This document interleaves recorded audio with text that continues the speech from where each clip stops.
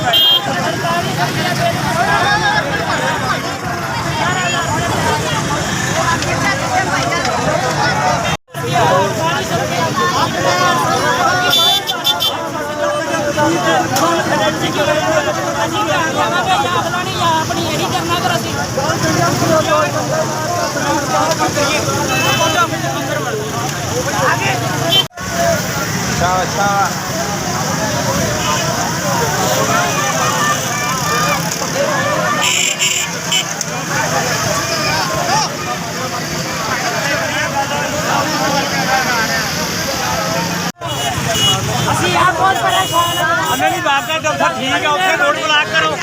बड़े परेशान बाप का दफ्तर सामने रोड ब्लॉक करो बाप का दफ्तर ही है सामने